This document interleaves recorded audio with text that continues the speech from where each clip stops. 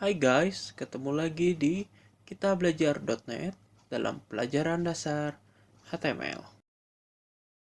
Sebelumnya, saya katakan bahwa Anda bisa mempelajari dasar sintaks HTML hanya dalam 5 menit. Kita akan coba. Oke, mungkin akan lebih dari 5 menit, tapi Anda akan kaget betapa cepatnya Anda dapat mengerti tentang sintaks dasar HTML. Untuk ini, saya akan menggunakan file syntax.htm. Saya akan membukanya di dua tempat. Pertama, saya buka di text edit. Saya memakai Mac. Untuk latihan ini, saya menggunakan default text editor di Mac text edit. Jika Anda memakai Windows, buka menggunakan Notepad. Pastikan Anda memakai basic text editor yang mampu menghandle txt file. Alasan saya menggunakan ini, karena saya ingin menunjukkan konsep HTML adalah tidak lebih dari sebuah txt file. Tidak ada special encoding di dalamnya, hanya sebuah txt file sederhana dengan ekstensi HTML atau HTML. Hanya itu saja. Di sebelah kanan, saya buka dengan browser Google Chrome. Jadi, ketika saya mengedit file ini, saya akan merefresh, dan Anda bisa melihat perubahan yang terjadi di browser. Ingatlah, HTML berarti Hypertext Markup Language, yaitu artinya kita menggunakan teks untuk memarkup konten di halaman situs. Contohnya teks ini. Ini belumlah sebuah paragraf, dan untuk menjadikannya paragraf, kita harus menandainya dengan teks paragraf. Untuk itu, saya akan ke sini, dan saya akan membuat teks paragraf. Untuk itu, saya menggunakan sudut siku kiri, diikuti oleh huruf yang dibutuhkan, dalam hal ini P untuk paragraf, lalu saya tutup menggunakan sudut siku kanan. Ini adalah sebuah markup, sebuah sintak untuk membuka tag. Kita menggunakan sudut siku kiri, masukkan karakter yang mewakili elemen dari tag yang diinginkan, dalam hal ini P untuk paragraf, lalu sudut siku kanan. Semua browser akan melihat ini dan mereka akan memahami bahwa ini adalah paragraf. Semua elemen akan membutuhkan tag pembuka dan penutup. Ketika browser atau user agent melihat hal ini, mereka akan tahu bahwa ini adalah awal dari paragraf. Tapi kita juga perlu memberitahu kapan ini akan berakhir. Makanya, saya akan memberikan sesuatu yang diberi tag penutup. Tag penutup terlihat hampir sama, sudut siku kiri. Saya akan menambahkan garis miring, diikuti oleh huruf P, dan diakhiri oleh sudut siku kanan. Hampir sama, yang membedakan hanyalah sebuah garis miring. Dan itu selalu mendahului karakter yang mengidentifikasi elemen tersebut. Jadi, ini tag paragraf pembuka, ini tag penutup paragraf, dan isi tag tepat di tengah. Seluruhnya akan dianggap sebagai elemen paragraf. Jika Anda mendengar HTML disebut sebagai elemen, elemen mengacu pada tag dan isi dari konten.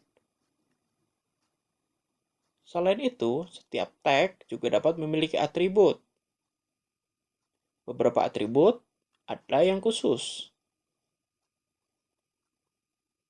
tapi paragraf tidak memiliki atribut yang spesifik, tapi atribut global. Atribut untuk tag paragraf adalah di bawah tag pembuka, setelah P, saya beri space, dan kemudian contohnya language. Jadi saya akan ketik lang untuk menetapkan nilai pada atribut. Saya beri tanda sama dengan, lalu tanda kutip untuk memberikan nilai, dalam kasus ini English. Jadi di sini saya berkata konten ini adalah paragraf dalam bahasa Inggris.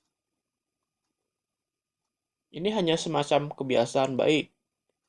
Juga menjadi spell checker saat kita menulis dengan bahasa Inggris. Ini adalah sintaks atribut. Jadi, Anda memiliki nama atribut, lalu Anda tambahkan tanda sama dengan, dan kemudian Anda berikan nilai. Dan nilai harus selalu di dalam tanda kutip. Pada dasarnya, ada dua macam atribut, informatif untuk memberikan informasi, dan yang satunya bersifat fungsional. Nah, untuk link dibutuhkan elemen anchor. Atribut untuk ini adalah href. Atribut href memberitahu browser kemana untuk pergi ketika link diklik. Jadi adalah atribut yang benar-benar penting. Sedangkan atribut lain hanya memberi informasi tentang elemen tersebut. Saya tidak perlu atribut ini, jadi saya akan hapus. Nah, untuk contoh, saya akan men-save ini, dan saya akan ke browser dan klik refresh. Tidak ada perubahan. Itu karena paragraf adalah jenis elemen default di HTML. Jika browser melihat teks yang di luar elemen, ia akan berasumsi bahwa Anda sedang membuat paragraf. Jika Anda ingin melihat teks membuat perbedaan, maka kita harus mengubahnya menjadi H1. Saya akan ke pembuka tag dan penutup tag, dan H1 berarti heading 1. Itu berarti judul pertama. Jika saya save dan klik refresh, Anda lihat perbedaan. Ini adalah heading 1. Anda akan mendapat rendering standar H1, yaitu lebih besar dan tebal. Saya akan hapus ini. Nah, pada titik ini, kita sudah membahas mengidentifikasi konten pada halaman. Cukup mudah, bukan? Sekarang, sintaks HTML juga memungkinkan kita untuk menciptakan struktur yang lebih rumit dan menaruh satu elemen di dalam elemen yang lain. Jadi, katakanlah dalam paragraf ini ada beberapa teks yang ingin kita beri penekanan. Misalnya kalimat terakhir ini. Nah, kita beri M, yaitu emphasis. Lalu saya tutup.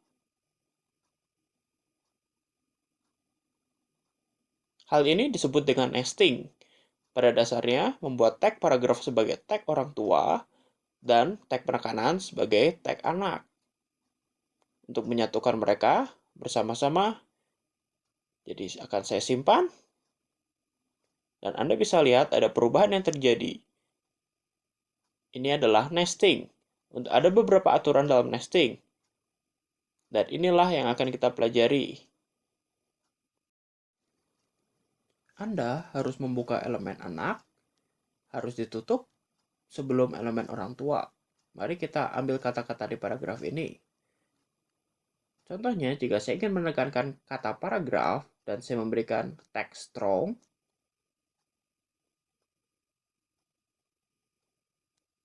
Anda tidak bisa menutup strong di luar dari tag paragraf. Misalkan kita tutup tag strong di sini, maka itu tidak akan bekerja. Ini adalah kode yang tidak valid.